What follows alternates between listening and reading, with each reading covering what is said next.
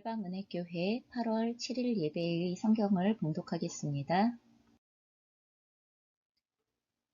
설교의 주제는 우리 교회의 영성은 이라는 제목이고 본문은 사무엘상 27장 1절로 7절의 말씀입니다. 다윗이 그 마음에 생각하기를 내가 후일에는 사울의 손에 붙잡히리니 블레셋 사람들의 땅으로 피하여 들어가는 것이 좋으리로다. 사울이 이스라엘 온 영토 내에서 다시 나를 찾다가 단념하리니 내가 그의 손에서 벗어나리라 하고 다윗이 일어나 함께 있는 사람 600명과 더불어 가드 왕 마옥의 아들 아기스에게로 건너가니라. 다윗과 그의 사람들이 저마다 가족을 거느리고 가드에서 아기스와 동거하였는데 다윗이 그의 두 아내 이스라엘 여자 아히노암과 나발의 아내였던 갈멜 여자 아비가일과 함께 하였더니 다윗이 가드에 도망한 것을 어떤 사람이 사울에게 전하매 사울이 다시는 그를 수색하지 아니하니라. 다윗이 아기스에게 이르되 바라건대 내가 당신께 은혜를 입었다면 지방 성읍 가운데 한 곳을 내게 주어 내가 살게 하소서. 당신의 종이 어찌 당신과 함께 왕도에 살리일까 하니 아기스가 그날에 시글락을 그에게 주었으므로 시글락이 오늘까지 유다 왕에게 속하니라. 다윗이 블레셋 사람들의 지방에 산 날수는 1년 4개월이었더라. 아멘. 저희가 몇 주 동안에 한 거의 3달 가깝게 계속하여서 사무엘상의 말씀을 가지고 말씀을 나누고 있습니다. 이 사무엘상의 이제 말씀이 거의 다음 주 정도까지면 마무리가 됩니다.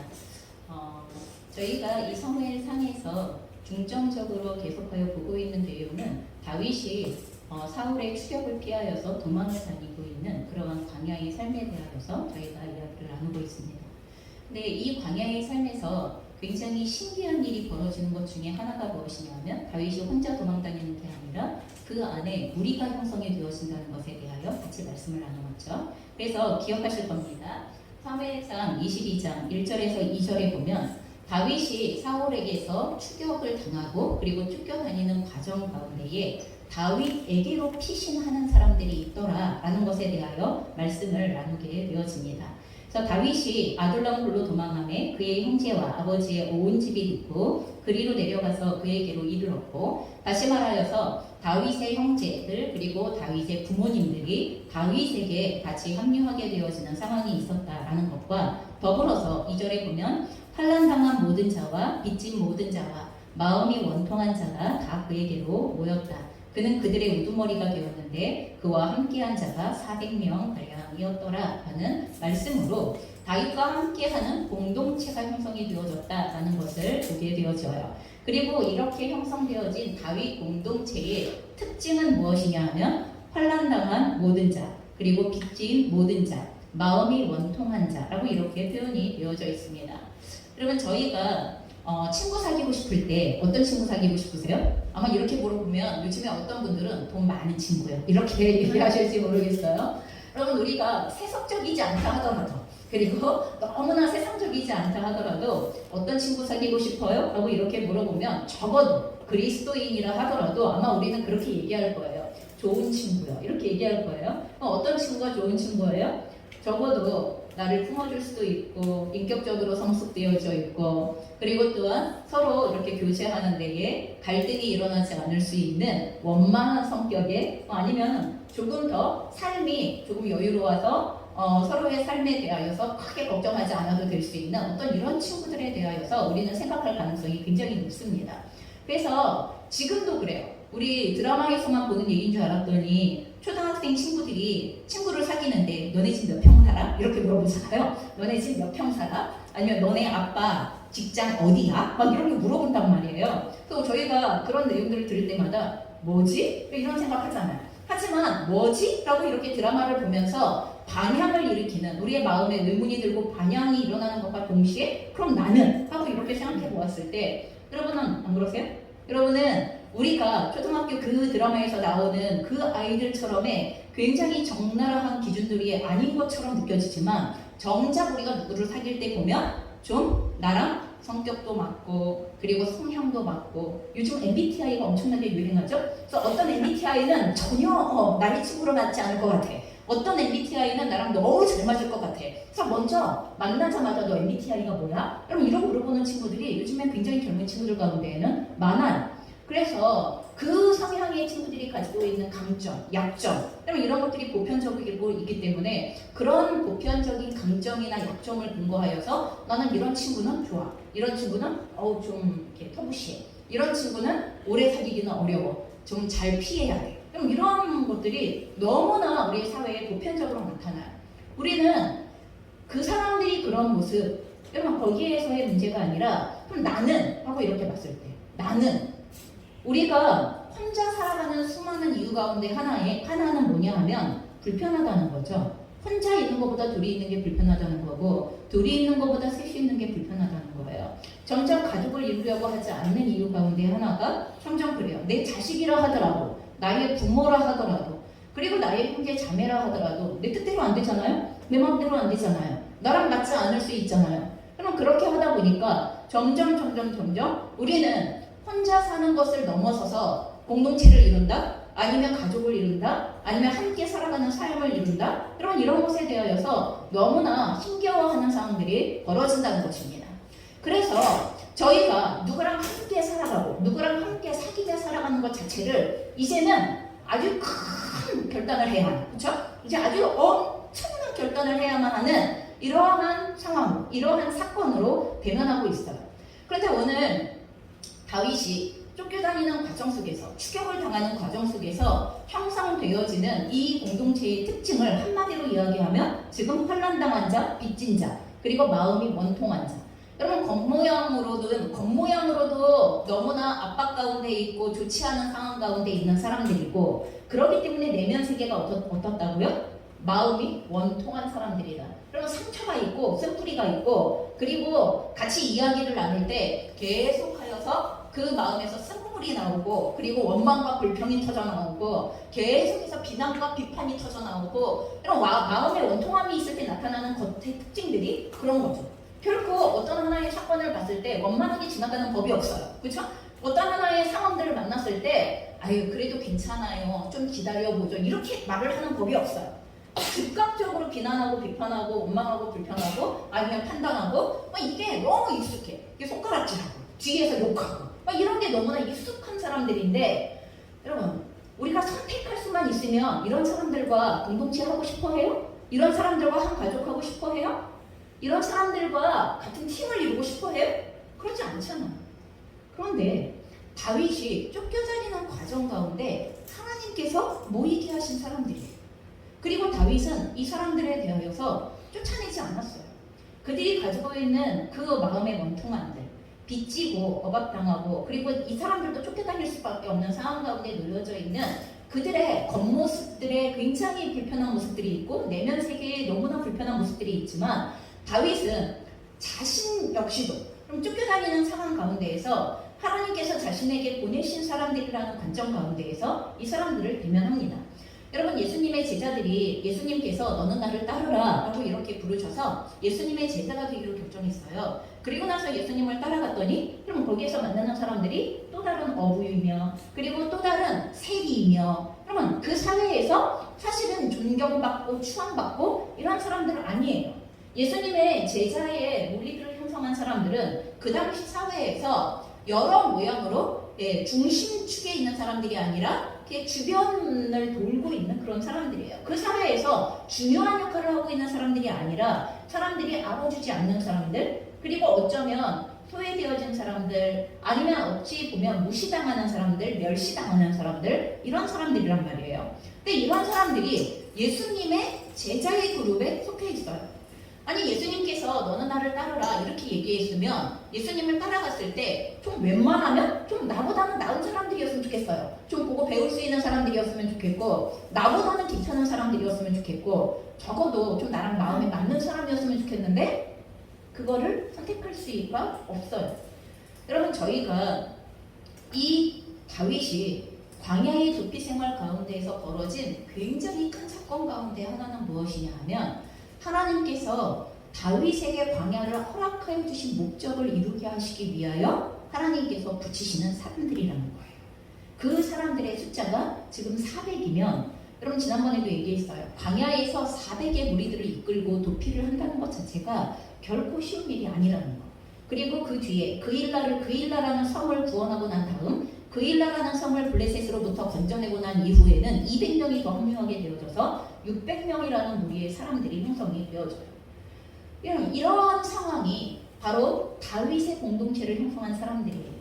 그리고 이 다윗의 공동체는 한마디로 이야기하여서 오늘날 교회와 같은 성격을 가지게 되어져요. 여러분, 우리 교회는 백인들만을 위주로 하여서 형성되어져야 해. 우리 교회는 장관들만 모여서 예배드리는 교회로 형성되어져야 해. 여러분, 이렇게 되어지면 더 이상 교회가 아닌 거예요. 하나님의 교회는 그럴 수 없는 거예요. 물론 우리가 장애인 중심의 교회, 그리고 조금 더 특수한 어떠한 소외되어진 사람들을 대상으로 한 교회, 일반적으로 사람들과 어울리기가 쉽지 않은 분들을 대상으로 한 요즘 동성애자들을 위한 교회들도 있잖아요. 왜냐하면 일반적인 교회 안에서 동성애자들을 품어낼 수 있으면 좋은데 품어낼 수가 없다 보니 그렇기 때문에 어쩔 수 없는 목적에서 그런 교회들이 형성이 돼요. 하지만 이게 좋은 방식은 아니에요. 하나님의 교회의 특징의 가장 큰 특징 중에 하나는 보편성이에요. 그럼 보편성이라는 건 나이가 많고 적고와 상관없이, 성별이 어떻든 상관없이, 그 사람의 소유의 많고 적음과 상관없이, 그리고 그 사람이 어떤 직업을 갖고 있는 것과 상관없이 주님을 따르기 원한다면, 하나님을 알기를 원하고 하나님을 섬기기를 원한다면 누구라도 들어올 수 있는 것이 그게 교회의 특징이고, 그것을 우리가 교회의 보편성이다라고 이렇게 이야기를 하는 거예요. 하지만 우리가 어느 순간부터 자꾸 섹션을 나누다 보니까, 자꾸 담을 긋다 보니까, 자꾸 나는 너랑은 함께 할 수 없어, 너는 우리 교회는 너무 힘들어, 너는 우리 교회에 들어오기에는 적합하지 않아, 너라는 사람은 우리랑 잘 맞지 않는 것 같아, 인종이 다르고 뭐가 다르고라는 여러 가지 이유들로 인하여서 함께 더불어 하나님께서 모이게 하시고 붙이실 사람들에 대하여서 함께 담아낼 그릇들을 만들지 못하다 보니까 오늘날은 점점 교회가 섹션으로 나누어지게 되어지고 전문적인 교회로 나누어질 수밖에 없는 상황이 발생이 되어져요. 그러면 이것이 사회적인 현상 속에서 어쩔 수 없기에 그것 자체를 부정할 수는 없지만 교회가 가지고 있는 보편성의 정도들을 지금 넘어서고 있다는 것들에 대해서는 우리가 고려를 해야만 합니다. 다윗은 이렇게 같이 어울리기 쉽지 않은 사람이라 하더라도 하나님께서 붙이신 사람들에 대하여서 가리지 않았어요. 가리지 않고 오히려 어떻게 대하기 시작했어요? 그들과 함께 하나님의 교회를 세워가기 시작했어요. 그 광야에서부터 아무것도 없고 아무것도 안정감이 없고 아무런 지원이 없는 그 광야에서부터 생존 자체를 스스로가 해결할 수밖에 없는 그 광야에서부터 하나님의 교회와 하나님의 백성들을 함께 세워가는 과정들을 같이 겪어가게 되어졌어요.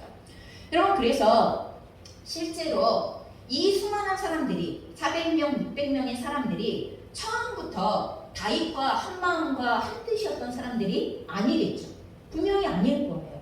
왜냐하면 순간순간 다윗의 기사에서 사건들이 나올 때마다 다윗이 선택하는 기준과 그리고 함께 있는 구성원들이 선택하는 기준이 다르다는 것을 보면 저희가 처음부터 이 공동체가 다윗과 일치되어진 마음 때문에 있었던 사람들이 아니라는 것. 어쩔 수 없어서 갈 데가 없고, 그리고 그나마 여기라도 있어야 생존이 보장되어질 것 같고, 그나마 여기라도 있어야 살아남을 것 같기 때문에 거기에 어쩔 수 없이 있었던 사람들인 거지, 처음부터 다윗이 좋아서 다윗과 마음이 일치해서 여러분 이렇게 해서 모여졌던 사람들은 아니라는 것을 경험하게 된 거죠.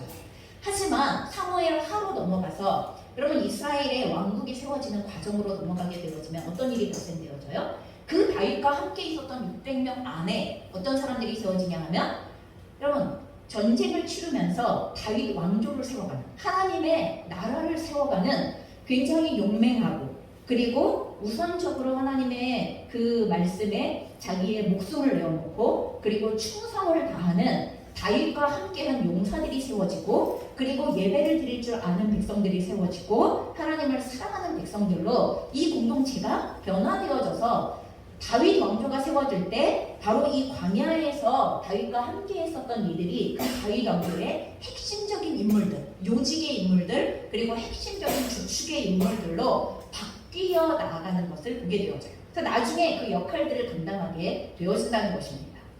여러분, 여기에서 우리가 하나님의 공동체에 대하여서 가만히 생각해 보셔야 할 게 있어요. 여러분, 지금 주변을 보면 옆에 있는 분들은 마음에 드세요? 옆에 있는 분들은 마음에 드세요? 그렇지 않죠. 여러분, 저희가 신앙인들이 많은 시험을 당하고 그리고 많은 하나님 앞에서 신앙을 포기하게 되어지는 가장 큰 이유들 가운데 하나가 뭐냐 하면 공동체에 대한 부정적인 경험 때문이에요. 아니면 공동체에 대한 정상적인 경험을 해보지 못했기 때문이에요. 내가 있었던 공동체는 이랬어요, 저랬어요 라고 얘기하는 그 내용들이 사실은 그 공동체가 완전하지 않잖아요. 어떤 공동체도 완전한 공동체는 없는데 누구라도 자꾸만 완전한 공동체를 찾고 싶어 하기 때문에 그러는 거예요. 내가 이번에 공동체를 잘못 선택한 것 같아요. 이 공동체가 완벽하지 않아. 내가 생각한 것만큼 성숙하지 않아. 내가 생각했던 것만큼 그 기대치를, 나의 불완전함을 채워줄 수가 없어. 요즘에 계속 성도들이 공동체를 선택하는 기준이 그거예요. 어느 교회를 선택한다, 어느 교회에 간다, 그리고 어느 교회에 적을 둔다, 이런 이야기를 할 때 찾아가는 대부분의 이유가 무엇이냐 하면 나에게 뭘 줄 수 있을 것인가, 이거예요. 내가 거기에서 어떤 만족을 할 수 있을 것인가, 우리의 자녀가 어떤 만족을 할 수 있을 것인가, 그리고 우리의 가족들이 어떤 만족을 할 수 있을 것인가, 이것을 근거해서 그래요. 여러분, 이게 신앙이 연약한 단계에 있는 성도들이라면 그래야 해요. 여러분, 그게 맞아요. 신앙이 연약한 단계에 있는 성도들이라면 어느 정도 기간까지 보호가 필요해요. 그래서 그 교회가 그 성도들의 연약한 부분들에 대하여 도울 수 있고 지원할 수 있는 곳이면 좋겠어요. 하지만 완벽하게 여겨지는 곳이라 하더라도 거기에는 완벽하지 않은 사람들이 모여있다 보니, 그렇죠? 완벽하지 않은 사람들이 모여있다 보니 여러분과 저 같은 사람이 모여있는 거잖아요. 여러분, 우리가 완벽해서 여기 모여있는 거 아니잖아요. 그렇다 보니 거기에서도 상처를 입을 수 있고, 그리고 어려움을 당할 수 있고, 그리고 공동체의 경험이 불만족스러울 수 있는 상황은 언제나 발생할 수 있다는 거예요. 그러면 신앙이 연약한 성도들은 어떻게 하냐면 거기를 떠나서 더 나은, 더 만족스러운 것을 줄 수 있는 교회로 옮겨가야 한다라고 이렇게 생각하는 거예요.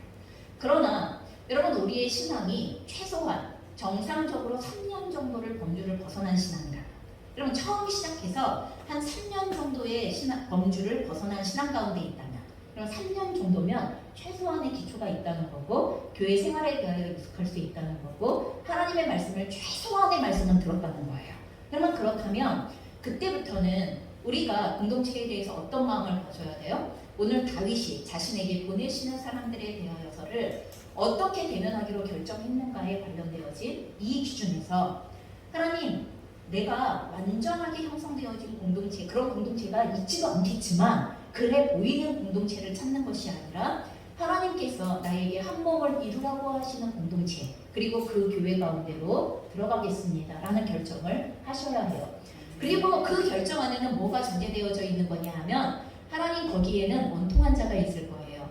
하나님, 거기에는 빚진 자가 있을 거예요. 이건 돈만을 얘기하는 게 아니죠. 마음에 무엇인가 차고 넘치는 사람이 아니라 부족한 거예요. 너무나 부족한, 정서적으로 부족하고 경제적으로도 여유가 없고, 그리고 또 사회성으로도 그럴 수 있고, 지식적으로도 부족할 수 있고. 그럼 빚진 자라는 건 내가 무엇인가를 가지고 차고 넘치는 사람들이 아니라 계속 무엇인가의 어떤 영역에 있어서 부족한 것을 가지고 있는 사람들이라는 것을 이야기하는 거예요. 하나님, 제가 하나님의 부르심 가운데에서, 하나님께서 인도해 주시는 과정 가운데에서 그 교회로 들어갔을 때 하나님, 거기에는 그런 사람들이 있을 거예요 라는 것들을 염두에 두는 거예요. 또한 그런 사람들이 있겠지만 하나님, 제가 그 사람들과 함께 하나님의 공동체를, 하나님의 백성의 공동체를, 하나님의 자녀의 공동체를, 그리고 하나님의 나라의 공동체를 세워갈 거예요. 함께 세워갈 거예요 하는, 여러분, 이 고백이 있어야만 한다는 것입니다. 자, 아까도 이야기했습니다. 다윗은 처음에 400의 사람들과 함께 공동체를 이루었어요. 그러면서 온 광야, 여러분 유대에 있는 모든 광야들을 돌아다니면서 도피 생활을 해요. 나중에 600명까지 되어지면서 더 큰 공동체의 무리가 되어지면서 도망 다녀요. 그러면 우리가 지난번에 다윗이 한번 사울이 추격하다가 여러분 볼일을 보기 위하여서 사울이 혼자 굴에 들어왔을 때 그 굴에 숨어있던 다윗과 함께 있었던 사람들의 이야기를 나눴어요. 그럼 그때 함께 있던 사람들은 사울을 죽이자고 이야기했지만 다윗은 하나님의 기름 부음 받은 자를 건드리고 죽이는 것은 하나님께서 멸하시는, 하나님께서 미워하시는 일을 하는 것을 들어서 사울을 살려줬던 것을 경험했어요. 그런데 그 뒤로 또 한 번의 사건이 있어요. 사무엘상 26장에 보면 다윗이 600명의 사람들과 함께 10이라는 광야에 있다는 이야기를 듣고 사울이 또 3,000명을 일으켜서 다윗을 추격하기 위하여서 나서요. 그리고 나서 다윗을 추격하는 과정 가운데에서 피곤하니까 밤에 잠을 자요. 그런데 하나님께서 잠을 깊게 자게 하셨어요. 그래서 다윗을 수행하는 사람들이 그 사울이 잠자고 있는 진영 안에 들어가서 사울을 죽일 수 있는 기회가 또 한 번 있게 되어졌어요. 그래서 다윗을 수행하여서 사울이 깊게 잠들어 있는 바로 그 진영의 중앙까지 들어가서 사울이 자고 있는 모습을 보게 되어졌어요. 그러자 다윗과 함께 있는 수행원이 뭐라고 얘기했어요? 하나님께서 사울을 죽일 수 있도록 또 한 번의 기회를 주셨습니다. 라고 얘기했어요. 이렇게 자고 있는, 무방비로 자고 있는 사람 그냥 한 번만 찌르면 됩니다. 한 번만 찌르면 사울은 죽습니다. 우리는 더 이상 쫓기지 않아도 됩니다. 라고 또다시 이야기했어요. 그러자 다윗이 한 이야기예요. 여러분 저희가 다윗이 아비새라는 자기 장군에게 한 이야기인데 같이 읽어보겠습니다. 시작. 다윗이 아비새에게 이르되 죽이지 말라. 누구든지 손을 들어 여호와의 기름 부음 받은 자를 치면 죄가 없겠느냐 하고 다윗이 또 이르되 여호와께서 살아계심을 두고 맹세하노니 여호와께서 그를 치시리니 혹은 죽을 날이 이르거나 또는 전장에 나가서 망하리라. 내가 손을 들어 여호와의 기름 부음 받은 자를 치는 것을 여호와께서 금하시나니 너는 그의 머리 곁에 있는 창과 물병만 가지고 가자 하고 다윗이 사울의 머리 곁에서 창과 물병을 가지고 떠나가되 아무도 보거나 눈치채지 못하고 깨어있는 사람도 없었으니 이는 여호와께서 그들을 깊게 잠들게 하셨으므로 그들이 다 잠들어 있었기 때문이라. 여러분 그렇게 진영의 중앙까지 갔는데 사울이 안 일어날 정도? 그리고 사울을 호위하고 있는 군대 장관이 자고 있다? 그럼 이건 말이 안 되는 일이에요. 하나님께서 그렇게 하셨기 때문에 이게 가능했던 것이고, 그리고 하나님께서 그 상황을 지켜보시는 거죠. 사울을 죽일 수 있는 완벽한 기회를 주시면서 다윗이 어떻게 하나를 보시는 거예요. 그런데 다윗은 여전히 하나님 앞에서 결정을 해요. 하나님의 기준에서, 하나님의 말씀의 기준에서 하나님께서 세우셨던 왕을 죽이는 일, 하나님께서 기름 부어 세우셨던 왕을 죽이는 일, 이것은 합당하지 않습니다 라는 결정을 하고 죽이자고 한 아비새에게 아니야 라고 얘기하고 창과 물병만 가지고 그리고 나가서 멀리 떨어져서 사울에게 외쳐요. 일어나라 사울아 하고 사울 왕이요 하고 일어나십시오 하면서 큰 소리로 외쳐요. 내가 당신을 다시 한번 죽일 수 있는 기회가 있었지만 나는 여전히 당신을 죽이지 않았습니다. 내가 당신의 생명을 귀히 여기는 것처럼 당신도 나의 생명을 귀히 여겨주십시오. 그러자 사울은 또 회개하면서 얘기해요. 내가 잘못했다고. 내가 진짜 잘못했다고. 내가 다시는 너의 생명을 찾지 않을 것이라고. 그러고 돌아갔어요. 다시 안 찾았을까요? 아니요. 여전히 광야를 추격하면서 다윗을 찾아 죽이려고 해요. 그래서 다윗이 취한 행동이 뭐예요? 지금 이 600명의 생명을 살리기 위하여서 결정한 것이 무엇이었냐 하면 그럼 바로 사울이 블레셋의 아기스 왕에게로 블레셋 땅으로 망명을 하는 거예요. 전에도 얘기했지만 하나님은 다윗에게 블레셋 땅으로 망명하는 것을 원하지 않으셨어요. 전에도 한번 그래서 망명을 하려고 들어갔다가 10년 전에 돌아 나왔어요. 자기를 죽이려고 하는 블레셋 왕 때문에 돌아 나왔거든요. 그런데 지금 오늘 우리가 아까 읽었던 본문에 보면 다윗이 고민하고 고민해요. 너무 쫓기다 보니까 하나님 앞에 기도하는 여유보다 사실은 생각하고 자기의 옳은 소견을 따라 결정한 내용 중에 하나가 뭐냐 하면 지금 600명을 데리고 다시 블레셋으로 망명해야 되겠다 이렇게 결정했어요. 그래서 그 블레셋의 아기스 10년 전에 자기를 죽이려고 했었던 그 왕에게 가서 나를 받아주십시오라고 요구하게 되어져요. 그런데 여기에서 상황이 달라진 게 있어요. 10년 전에는 여러분 이 블레셋 왕이 다윗에 대하여서 적대적인 마음을 가지고 있었을 때예요.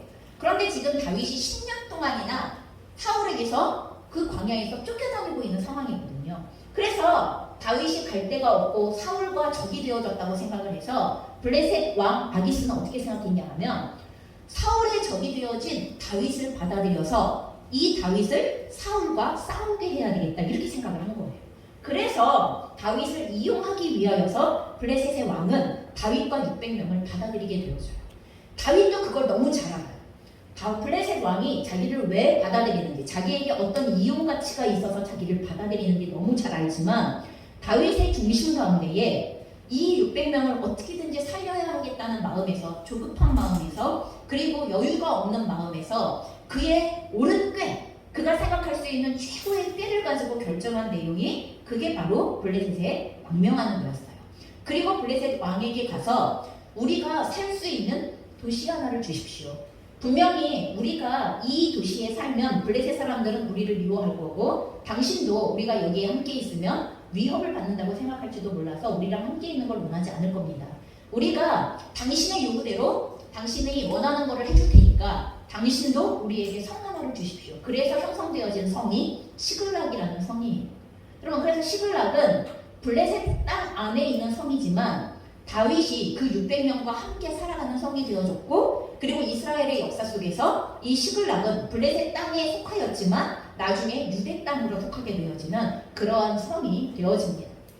여러분, 그래서 지금 다윗이 이 600명과 함께 하나님의 교회를 형성해 갈 때 다윗도 불완전한 사람이에요. 지금처럼 이렇게 하나님의 뜻을 굉장히 잘 따르고 한편으로는 하나님의 말씀을 분별하여서 깨어서 어찌하든지 하나님의 뜻대로 하려고 하는 마음을 가지고 있으면서도 상황과 환경이 쫓기기 시작할 때 지금 블레셋 땅으로 망명을 하는 이 결정을 하는 것처럼 다윗도 완전하지 않다는 거예요. 여러분, 성경은 하나님의 백성들이 완전하다고 얘기하는 경우가 한 번도 없어요. 설사 이스라엘의 최고의 왕이며 그리고 예수님의 모형을 가지고 있는 다윗 왕이라 하더라도 다윗은 완전한 사람이 아니라는 얘기를 우리에게 그대로 보여주고 있는 거예요. 여러분, 그래서 성경에서 완전한 사람을 보여주는 경우는 한 번도 없어요. 어떤 사람도 완전해 보이고 하나님의 뜻을 따르기를 기뻐하는 사람같이 보여도 그가 상황의 압박을 받을 때, 그리고 그 대적들로부터 공격을 받을 때, 그리고 그에게 주어져 있는 환경이 너무나 공격적일 때, 그리고 주변으로부터 너무나 어려움을 겪을 때 사람은 누구나 하나님의 말씀을 한편으로는 사모하는 마음이 있으면서도 한편으로는 내가 보기에 옳아 보이는 것들을 결정할 수 있는 너무나 불완전한 존재이고 연약한 존재라는 이야기를 하고 있는 거예요. 여러분, 그래서 다윗의 공동체 안에 다윗을 따르는 무리들도 연약하지만 다윗조차도 연약한 자인 것을 기억하셔야 돼요. 그런데 그렇게 서로 연약한 자들이 어떻게 하나님의 교회로 세워져 갈 수가 있는 거예요?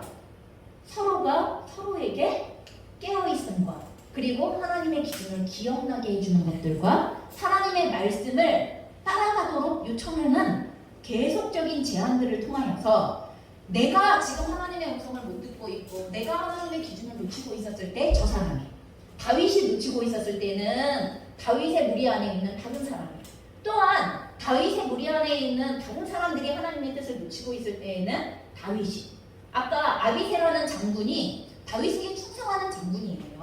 너무나 다윗에게 충성하여서 다윗을 못살게 구는 사울을 죽이고 싶은 거예요. 하지만 다윗은 그 아비새의 마음을 충분히 헤아리지만 그럼에도 불구하고 하나님 앞에서 하나님이 기뻐하시는 뜻은 이거야 라는 것들을 정확하게 알려주면서 그 다윗과 함께 있는 공동체의 구성원들에게 우리가 따라야 할 기준, 우리가 붙잡아야 할 삶의 기준, 그리고 삶의 지표는 이거야 라는 걸 알려준다는 것입니다. 여러분, 이렇게 다윗과 함께한 공동체의 구성원들이 계속 올바르게 성장해가면 좋겠지만 결코 그렇지 않습니다. 언제나 넘어집니다. 아까 제가 블레셋으로 망명한 다윗과 다윗의 600명의 공동체가 머물러 있었던 그 도시가 시글락이라고 이야기를 했습니다. 그래서 이 시글락이라는 공동체에 머물고 있었던 다윗의 공동체가 안정감을 어느 정도 유지하면서 살아가고 있었을 때 블레셋은 다시 사울 왕과 함께 이스라엘과 전쟁이 붙게 되었습니다. 그래서 이 전쟁이 붙고 나니까 블레셋 왕이 드디어 다윗에게 요구합니다. 지금이 네가 나가서 사울을 죽일 때야. 지금이 네가 나가서 이스라엘과 전쟁을 치루어서 너의 용맹을 바라고 내가 너희를 받아준 것에 대하여 보상을 할 때야. 라고 이렇게 얘기하면서 다윗과 다윗의 군대들을 용병으로 그 블레셋과 이스라엘의 전쟁에 앞에 투입하게 되어져요. 그래서 그 다윗과 다윗의 군사들이 시글락에 여인들과 노인들과 어린이들과 전쟁을 치를 수 없는 사람들을 놓고 그리고 나서 전쟁을 치르러 나가요. 여러분, 이스라엘의 왕의 기름 부음을 받은 다윗이 이스라엘 백성들을 대적하는 전쟁에 앞서 나간다는 게 여러분 이게 말이 된다고 생각하세요? 다윗이 얼마나 끔찍한 마음을 가지고 얼마나 불편한 마음을 가지고 하나님께 방법을 간구하며 기도하며 그 전쟁에 나갔을지 생각해 보세요. 그런데 상황이 어떻게 되어져요? 블레셋의 군인들이 반대해요. 만약에 전쟁에서 다윗과 다윗의 군대가 우리의 후방을 치기 시작해요. 이스라엘과의 전쟁 중에서 다윗이 변심하여서 우리들의 후방을 치면 우리들의 전쟁은 끝납니다. 우리들은 완전히 전멸합니다. 이 전쟁에 다윗과 다윗의 군대가 들어오는 건 합당치 않습니다라고 반대해요. 그래서 다윗이 요구해서가 아니라 블레셋 왕이 다윗한테 얘야 미안해 우리 장관들이 안 된대. 우리 군대 장관들이 너네들이 같이 갔다가는 우리가 망한대. 불안해하니까 어쩔 수 없어. 너네들은 다시 시글락으로 돌아가. 여러분 이렇게 해서 다행히 진짜 다행이죠. 하나님의 역사이시긴 하지만 너무나 다행이에요. 너무나 다행인 상태에서 시글락으로 돌아왔어요. 3일을 비웠다가 돌아왔는데 그 3일 안에 어떤 일이 일어나는 줄 아세요? 그 시글락에서 다윗과 다윗의 군대가 빠져나간 3일 동안 아말렉이 시글락을 쳐들어와서 모든 가축과 재산들을 약탈하고 여인들을 모두 끌고 갔어요. 모두 끌고 가는 이런 상황이 벌어졌어요. 전쟁에 이걸 치르기 위하여 나갔다가 돌아온 다윗과 다윗의 군사들이 자기 가족들이 다 끌려갔는데 얼마나 황당하겠냐고요. 엉엉 울기 시작했어요. 엉엉 울면서 어떤 일을 벌이기 시작했어요?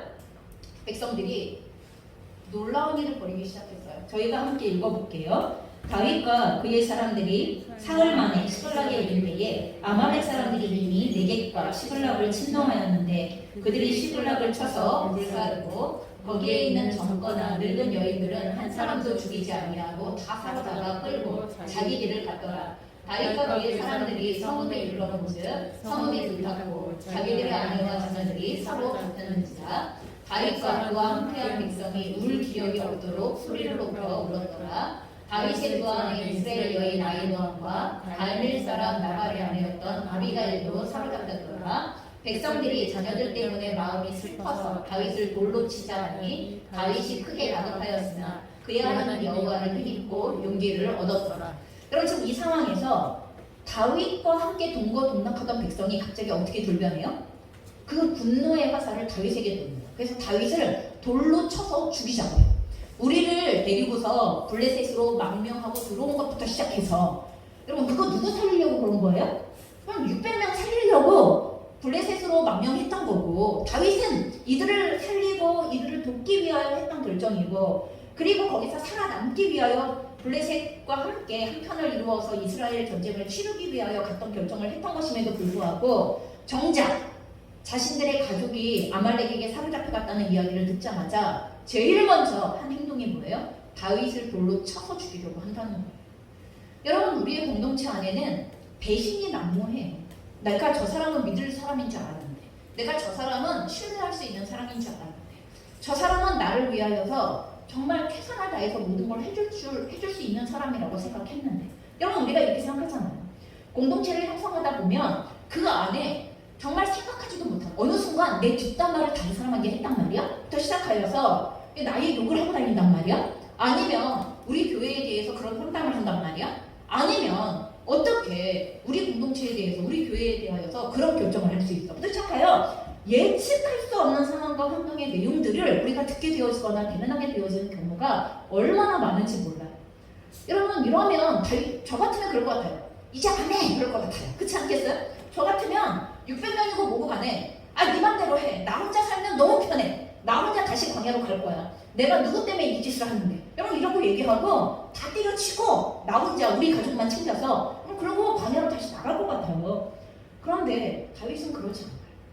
다윗은 그러지 않고 그들이 이성을 잃고 감정적으로 분노가 북받쳐서 그런다는 걸 이해해요. 그들이 왜 그러는지 이해하면서 하나님 앞에 묻기 시작해요.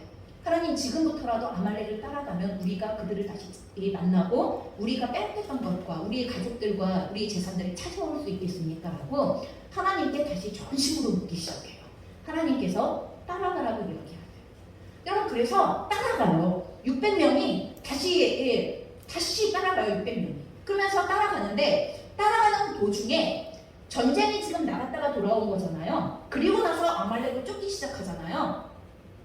200명이 더 이상 못 가. 나 힘들어서 더 이상 못 가. 이러고 나서 뒤쳐져요. 부솔 시내라는 곳에서 그냥 뒤쳐지고 난 더 이상 못 가. 400명만 다윗을 따라서 추격해요.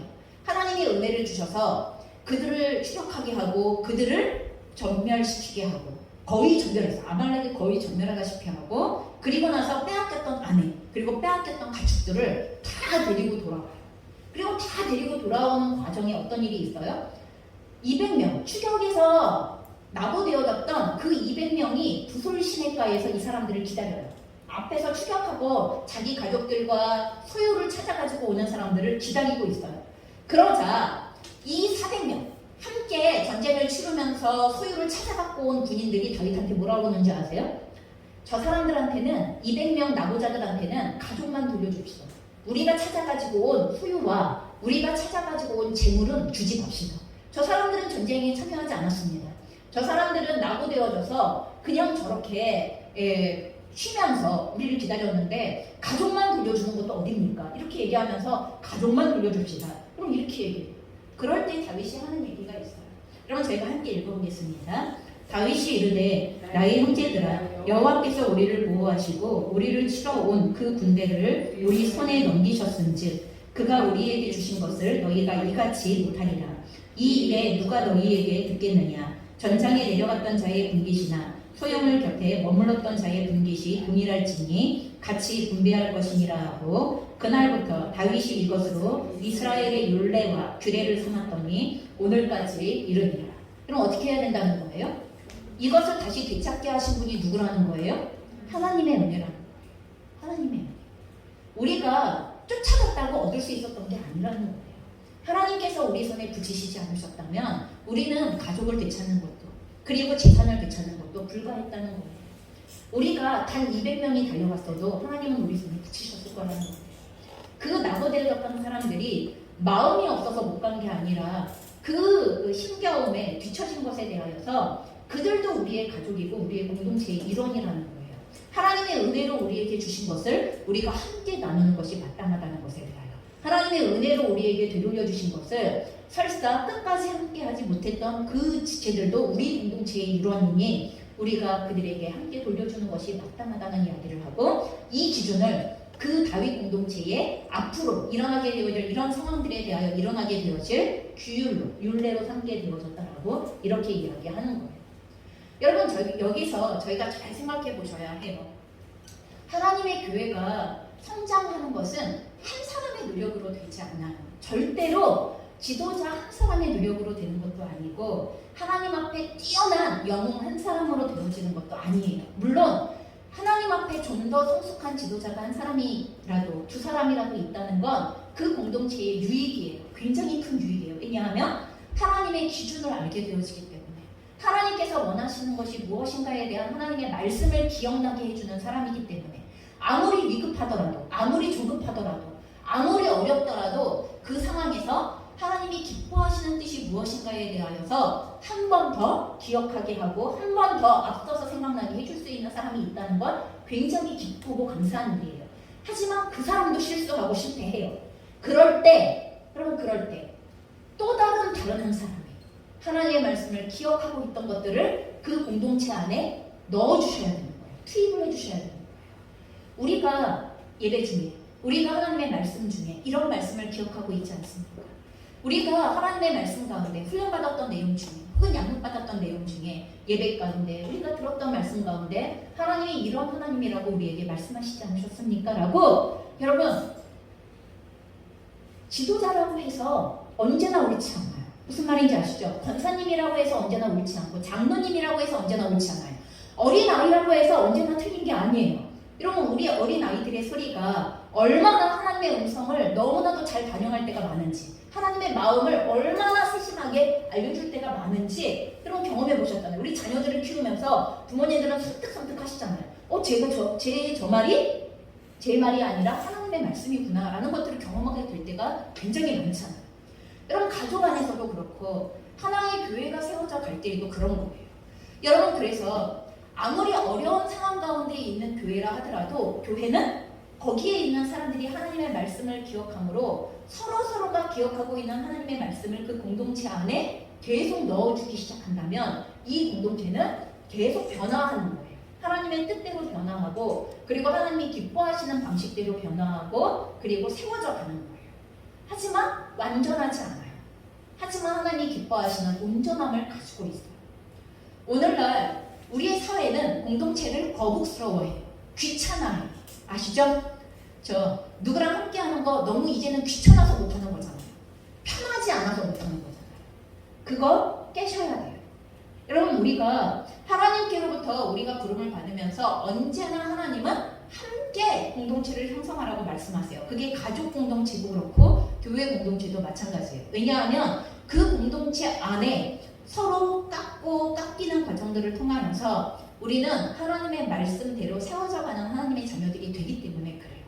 여러분 누구의 간섭을 받지 않고 누구의 여러분 누가 이야기하는 소리를 기억나게 해주는 얘기를 듣지 않고 스스로 잘나서 하나님의 자녀로 세워져 갈 수 있는 사람은 단 한 명도 없다는 것을 반드시 기억하셔야 돼요. 그래서 저희가 공동체 안에 지도자들이 하나님의 말씀을 자꾸 상실해가기 시작하면 여러분 교회의 성도님들은 깨어 근신하며 그 지도자에게 찾아와 이야기해야 돼요.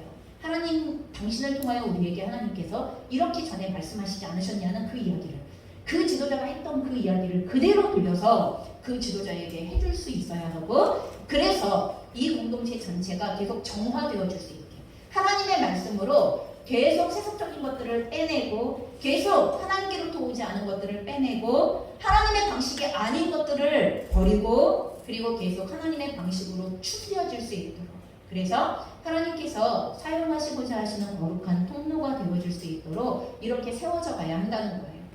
여러분 우리가 교회의 수준에 대하여 우리 교회는 왜 이래? 라고 이야기할 때 한 번 더 생각해야 할 것은 뭐냐 하면 여러분 지금 그 교회를 만든 게 바로 나라는 거예요.